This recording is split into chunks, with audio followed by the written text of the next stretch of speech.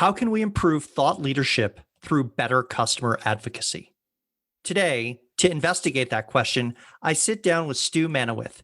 He's the Director of Advocacy and Thought Leadership at Omatic Software, which focuses on data integration in the nonprofit space. And we're going to talk about learning from your customers to create better thought leadership. I'm Bill Sherman. This is Leveraging Thought Leadership. Ready? Let's begin. Welcome to the show, Stu. Thanks, Bill. Glad to be here.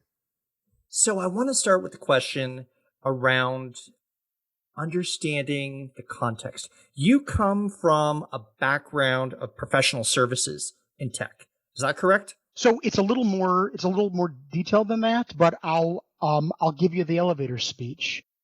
I actually started working in the nonprofit sector as a fundraiser, and I worked for 16 years as a fundraiser, primarily focused on what we call annual giving, which is low level, high volume, and data-focused fundraising. So working with what we call the bottom of the pyramid, high cost or low cost, high volume, lots of people, lots of different data points, lots of segmentation. And I did that at two different nonprofits in the Midwest. I live in St. Louis, Missouri. And then in 2003, I went to work for a company called Blackbaud in software consulting and implementations, professional services. And then in 2015, at the end of 2015, I went to Omatic Software, to run that company's professional services team, technology that nonprofits use to support nonprofit data health and integration. So in professional services, let's talk about running that space and that practice with the clients. Tell me a little bit in terms of the engagement. Who are you working with? Who are your clients, and what are the touch points commonly? Sure. Great question, and thank you for asking it. So Blackbaud was a company that still provides to this day, nonprofit CRM and accounting software for nonprofits. And Omatic Software, where I work now, is a company that provides data health and integration solutions for nonprofits. So in both of those arenas, I was working with nonprofit database specialists, sometimes fundraising directors, sometimes accounting directors, but the primary customer are the people who work in the nonprofit organizations with databases and with data and need to manage data and want to make sure that their data is right. Now, your title, if I understand correctly, you're Director of Advocacy and Thought Leadership. Is that correct? That is correct. Okay. So let's explore there for a moment here. What's the intersection between advocacy and thought leadership? How did you come up with that title? So it's a great story how we came up with the title, because we actually didn't know what to call me. I'll go back and tell you that about 2 years ago, it's coming up just about 2 years ago, our CEO, who was newer to the company, he got there after I did. He had observed me in professional services, and he called me into his office one day, and he said, "I'd like to talk to you about taking this new role in." He didn't even articulate it as advocacy, but the way he articulated it was he wants someone who keeps their ear to the ground of the nonprofit sector and listens and understands what the sector needs in the world of data health and integration. And we talked through it, and we talked about what some of those job responsibilities would be, including being a subject matter expert and a domain expert in nonprofit for other leaders in the company, and obviously being a customer advocate and being able to talk to customers and make them feel comfortable that we as a company know the sector, know what we're doing, and know what we're talking about. And so we weren't really, I was actually without a title for about 3 months, or maybe 2 to 3 months. And then someone in our marketing team said, "Why don't we have a contest and we'll ask people what to name you, what your title should be." And so we did that. We sent out an email survey to what we call our Omatic fanatics, which are basically our customers who love us best, who raise their hands when we ask for volunteers, that kind of thing. We asked them what the name should be, what the title should be. And we came back with Advocacy, Nonprofit Advocacy Director. And that was actually my title for maybe another 6 months. And then we hired a new VP of marketing, and she said, "Thought leadership is really what you're doing, even though we're calling it advocacy." She said, "What you're doing is really thought leadership. Let's call you Director of Advocacy and Thought Leadership." And that's how the title was born. And I know it's a mouthful, but it really does a good job of describing what I do for Omatic and really for the nonprofit sector overall. So let's start digging into this because this is where I really want to focus. Give me a definition of how do you see advocacy for customers? Well, it's a lot of things. It is first setting the expectation that we know the sector. The nonprofit sector is unusual, and the reason that I can talk about it, I think, fluently is because I've seen both sides. I worked for 16 years as a nonprofit fundraiser and a nonprofit manager, and I know how tight budgets are and how mission driven the volunteers and the boards of directors are. And then I've also sat since 2003 on the side of being a vendor, but the word vendor can sometimes be a dirty word in the nonprofit sector because there's a level, I don't want to call it distrust, I want to call it a level of wariness or healthy skepticism. And so one thing that we can do that I pride myself on doing is bridging that gap and showing nonprofits that companies like ours and other technology vendors that serve the sector really are partners and advocates and not just vendors. We understand the nonprofit motive, and we want to help them deliver mission impact as much as, frankly, to be blunt, we want to make a profit ourselves. So does that answer your question? Yeah, I think so. And let's continue down this line. So you were telling me in an earlier conversation about a time when you had a struggling client, and this was sort of your first step into this realm of advocacy and thought leadership. Can you tell me a little bit about that story? Yeah, sure, certainly. So, as we've been discussing, I cut my teeth in professional services, which is another way of saying in the tech world, software deployments and implementations, but for nonprofits, but very tactical. We thought of it, it's funny because we thought of it as strategic and we took what we thought was a strategic approach, but it really was very tactical. Get the software deployed, get the customer trained, get them up and running, and then go on to the next one. But because the sector tends to be cautious, as I just mentioned, about its vendors, we were used to establishing strong relationships, which in many cases came back to benefit us down the road. And at the risk of repeating myself, I'll just say that I myself was trusted perhaps more than others because I had worked in the sector myself and I walked in their shoes and felt their pain and felt their budgetary constraints, etc. So we had a customer, a very large nonprofit, national in scope, a major non-national fundraising organization, and they were struggling with processing online giving donations and images, scanned images of gifts that came in by check. They would key them in, and it would take a lot of time, and there was always a lot of overtime and gnashing of teeth. And they came to us for a better approach in integrating this data from other sources into their main database. And we offered a tactical solution that we deployed and that we implemented, and it was everything that they hoped for. It saved them time. It was more the data that would come into their database was more accurate. No more working weekends or over holidays or hiring summer interns. All of that stuff was a thing of the past. But the strategic benefit was really something that I'd never thought about. The director of their operations team cornered me at a conference and was just gushing about so many strategic benefits. The fact that data was in their system faster meant that fundraisers had access to it faster and could use the new updated information more expediently. And the fact that data was error-free meant a better customer experience for the donors who made contributions, and it also informed better donor retention.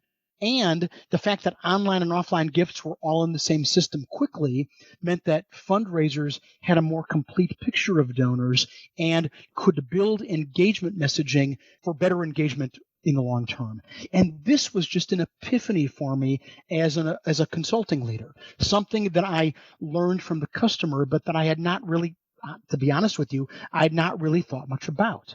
My job was to effectively deploy software and ensure that it did what it was supposed to. But frankly, I never really thought much about the fact that the customers would achieve these strategic outcomes and these strategic benefits. So this leads to almost a moment of epiphany for you, right? Yes, for sure. Yeah. Yeah. Talk about that moment where you're like, okay, I've been heads down and I've been tactical, and now I see that I can make a much deeper impact with my It clients. was like a Homer Simpson moment. The next thing that I thought of was we really need to start listening to the customer stories more closely and looking more closely at these relationships and start studying these customer outcomes. And there were a lot of similar stories. Some organizations were less forthcoming. Let me pause you for a Yep. second. Yeah, sure. When you said you started studying, how did you do that? So it was anecdotal. Okay. So what Was it interviews or did you go back? So part of my job, and I should have said this earlier, part of my job at Omatic is to interview customers and write case studies. So I had a great opportunity to test this assumption or to test this hypothesis with customers that we were building case studies for. So part of the research, the anecdotal research, was in those type of interviews and those type of relationships.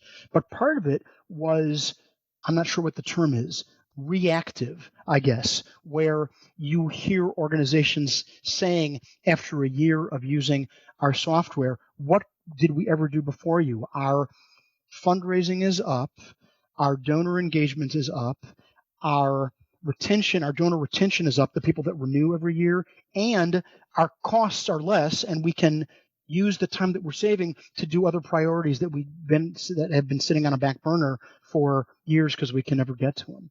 So part of it was proactive and part of it was reactive. If that answers your question. Absolutely. And so that sounds like those first steps from moving from that tactical implementation role to more of the strategic analysis and saying, what do our clients need? How can we help them see opportunities? Because I think one of the things that you have when you start working with multiple clients is you have the opportunity to see patterns that are occurring client to client to client that an individual client wouldn't see. That's absolutely right. And then I guess in the more traditional thought leadership approach, we took that information and we started writing blogs about it. We started doing webinars about it. We started doing internal training. So again, part of my job is to do internal training to, for example, our sales team or people who are less familiar with the sector. They may be great engineers or great account executives or great marketers, but they're unfamiliar with the sector. So we built webinars and we did internal trainings, and we took all of this information that we've gathered and morphed it, I guess, or wove it into how we spoke to the market and how we spoke internally and how we were better able to help customers use products that prior we had only thought about from a deployment and a implementation fashion. So, if I understand this correctly, it's change thought leadership and customer stories and advocacy is changing how you go to market, how you sell, how you serve the market, and how you partner with it. Is that fair? All of those things. All of those things. Say that again, because I just want to make sure that I've got them. So, how you go to market, how you sell, how you serve your customers. Yes, how we go to market, because we used what we learned to create messaging. How we sell, same thing. We use those kind of stories and those kind of testimonials, and even if we can, some statistics to demonstrate to organizations what their peers have done and how we serve customers, both in terms of deployments, but also in terms of ongoing information and nuggets and best practices that we post that they can then use that build on what they already have. If you are enjoying this episode of Leveraging Thought Leadership, please make sure to subscribe. If you'd like to help spread the word about the podcast, please leave a 5-star review and share it with your friends. We are available on Apple Podcast, Spotify, and all major platforms, as well as at leveragingthoughtleadership.com. So, Stu, with that, has it been an easy process of change within the organization? How long has it taken, and where has it gone well, and where has it been a surprise or two? Well, so it's still ongoing. I think it'll always be. I think it'll always be ongoing. It has been slow because it's new. It is not an approach that we had taken in the past. We'd never had a professional dedicated to this aspect. It had always either fallen to marketing or sales enablement or someone who just had a good idea. And now we have dedicated thought leadership that can support the entire company. And I think that's awesome. We also have a dedicated thought leadership team, myself, who can answer customer questions, write about topics that customers ask us about, weave in new information that we get in order to tell stories that will benefit customers, whether it's in blogs that we post on our own website or guest posts. In fact, it's funny, and I'm almost afraid to say it, but I will. Just today, I finished a submission for Salesforce on this exact topic. Salesforce has been growing its nonprofit market for the last 5 years at least, maybe longer, but we've worked with Salesforce over the last 5 years, and we just finished a guest post for them on this exact topic, and so we give our customers that type of information as well. And then we also have been leveraging it in internal professional development. So annual or semi-annual sales kickoffs. And we can, again, take this information that we have obtained and weave it into training messaging, or this is how to better talk to a customer messaging. So you talked about the sales training. Are you also on call for the sales team so that if they're having a conversation or a question, they can pick up a phone or send you an email, and you Absolutely. can be serving in a sales engineering sort of way and thought leadership of what did they mean when they talked about X? No, that's exactly right. So I don't know, on call may be a little too. It's not exactly on call, but yes. Right. Yeah. You don't have a pager. I don't have a pager. Yeah. Right. I didn't go back to the 90s and get my pager, but I always want to make myself available. And I'm expected to, for sales calls, for sales enablement, review of sales enablement content, for review of marketing content. One of the things, I'm sure this isn't secret sauce for anybody, but one of the things we do is the sales development team do have their scripts, their telephone scripts and their email scripts, and I do a lot of reviewing of that content to make sure that it's articulate and that it is using the verbiage and the language and the terminology, etc., that this market is going to understand. So again, they get the idea that we know what we're talking about and that they are comfortable with us as partners and not just vendors. And that also draws on your experience of having been someone in the buyer's shoes, right? Well, for me, I can absolutely say it. I can say, Yep. oh, by the way, I know what it's like to run an annual giving program, especially if it's a healthcare organization, because my last 7 years before I went to the dark side was as the director of development for a large hospital foundation. And we work with a lot of hospital foundations. So I can talk the talk. But even in any of the nonprofit sectors, whether it's faith-based or arts and cultural or animal welfare, any higher education, any of those sectors, food banks. Oh my gosh, 2020 was the year of the food bank with the pandemic. I am proud to talk about the fact that I had legs in both camps, that I have been where these fundraising administrators, database administrators are sitting, and I can see the best of technology that's been, frankly, it's been in place already in the commercial sector, and the nonprofit sector is now bringing it to bear. So let's turn a little bit into the advocacy piece. And you mentioned something that your CEO sort of gave you a mandate to do was to keep your ear to the ground for the customer as well as for the industry. What are you doing on a regular basis, and how much time are you spending putting your ear to the ground? Give us a picture of that. Yeah, so not enough time, because there's a lot of marketing and sales needs that I fill. And, it's unfortunate because, 2020 was the year of the virtual conference, right? Mm-hmm. So when we talked about this role, one of the things that we said was, okay, Stu, you'll go to conferences. You'll be a meter and greeter.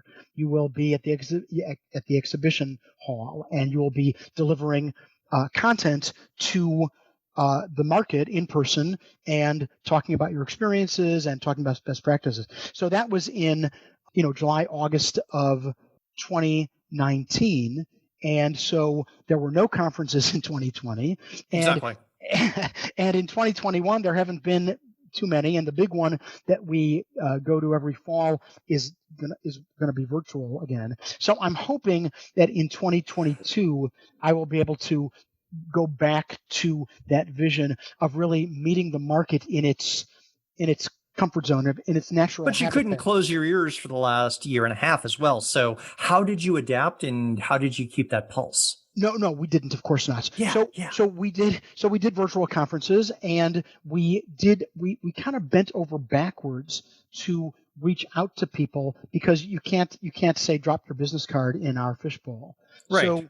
So we bent over backwards to collect information and to collect questions. And I don't know whether this is something that everybody does, but we certainly did, is we made sure that when we delivered marketing-focused webinars, a lot of the content of which I wrote and delivered, that we always had time for questions, and that we always made sure that we captured the contact information of people who asked, so that we could follow up with them in person and really understand what their needs were. And then further, if we heard trends, or if we were hearing something that we've heard from other customers, that we send that information back to the products team and said, these are some things that we're hearing. Can you improve the product to do this, or can you improve the way it's implemented to do that?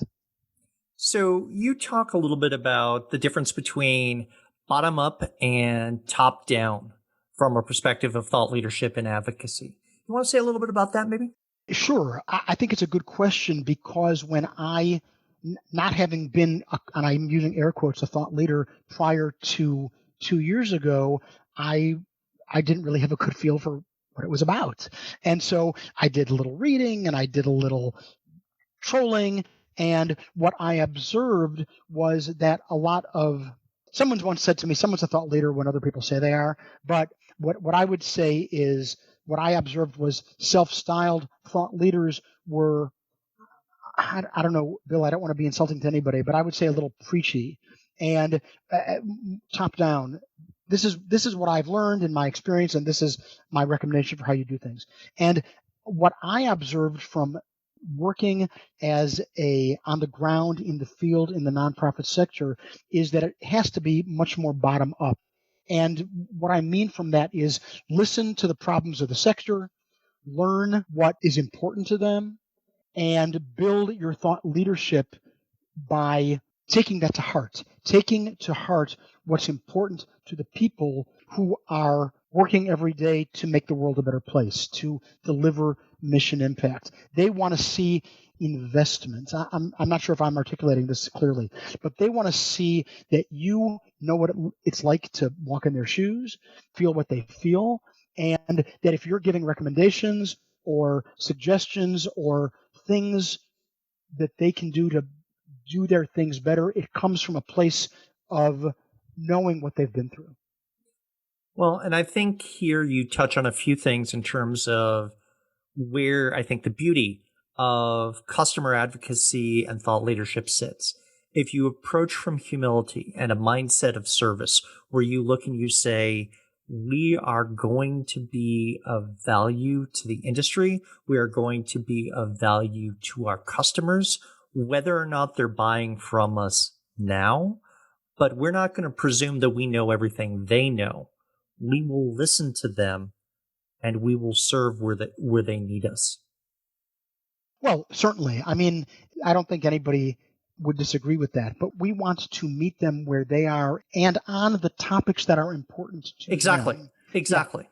Yeah. And not necessarily what's important to us. And one of my colleagues who runs our product management division, she's a very wise woman, and she's been able to veer and propel our product management team to, again, to listen to what customers need, not necessarily what our high-tech professionals think is necessarily the next great thing. So let's talk about measuring success a little bit and measuring impact. How do you know you're being relevant to your customers? How are you assessing that? In a number of ways. It's a good question. In a number of ways, I would say the most obvious is when they tell us. But for every one who tells us, there's 5 who don't, but that are still experiencing positive experiences, or they're getting a lot out of the products and the software that our company provides. So what we have to do is we have to reach out. We've got to reach out into the market and ask questions about, are your tools now better than the tools you were using before? And it's a bunch of if so's.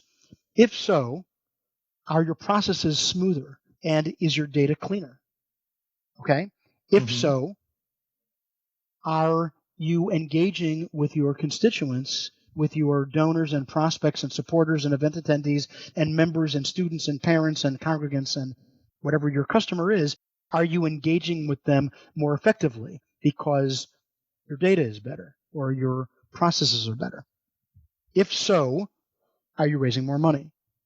And then if so, are you impacting more people, whatever your mission is? Are you, feeding more hungry people? Are you giving more scholarships? Are you researching diseases more effectively? Whatever it is. And then the opposite, there's a whole bunch of if so's that are kind of go down the other way. Are your tools better? No. Well, then is your data still bad? Yeah. Well, are you having problems engaging your constituents and your donors? Well, yeah. And therefore, is your fundraising decreasing? Yeah. I mean, it's hard to turn that on its side, that negative way. But I think the listeners will hear where we're going. We want to kind of work up this chain. We want to work up this. Imagine a pyramid or chevrons that say, start by looking at the tools, and if the tools are working, is your data better? And if your data is better, are you engaging people better? And if you're engaging people better, are you raising more money? And if you're raising more money, are you delivering your mission better? And it's by asking those kind of questions that we are measuring whether we have impact. So let me ask you a question about the road ahead. And I know that you mentioned before that your clients often have limited budget, resources, et cetera, as a nonprofit, but that's true for for-profit businesses as well, and certainly even for a thought leadership team. When we're recording this, we're in just after the middle of the year in 2021. We're in July. My question to you is, where would you want to invest more time on the thought leadership side? If you had the magic wand, what would you be doing? I chuckle because I can think of about 5 things, but I think that the most important thing would be to get out in front of the customer base, get out in front of the market, and really be able to, in a dedicated fashion, have my ear to the ground. But it doesn't have to be to the ground. It doesn't have to be surreptitious. It would be more open, having open conversations, having forums, finding out what the issues are, specifically in the areas of data health and integration, and finding out, is what we're doing really making a difference? We think it is. Our hypothesis is that it is, but is it? And then the other thing that I would want to do, since we do have so many people whose hearts and brains are people who work at Omatic Software who want to see their customers succeed, for me to just make myself available to them, to answer questions, to help them understand the sector, help them understand the market, help them understand the nomenclature, give them the words to use when they're talking to different buyer personas, because a database administrator has different objectives than a fundraising director, and she has different objectives than the CFO. They all want the same thing. They all are in it for the same thing, but they're coming at it from a different place. And I can help our team put all of it in perspective. That's really good. Really good.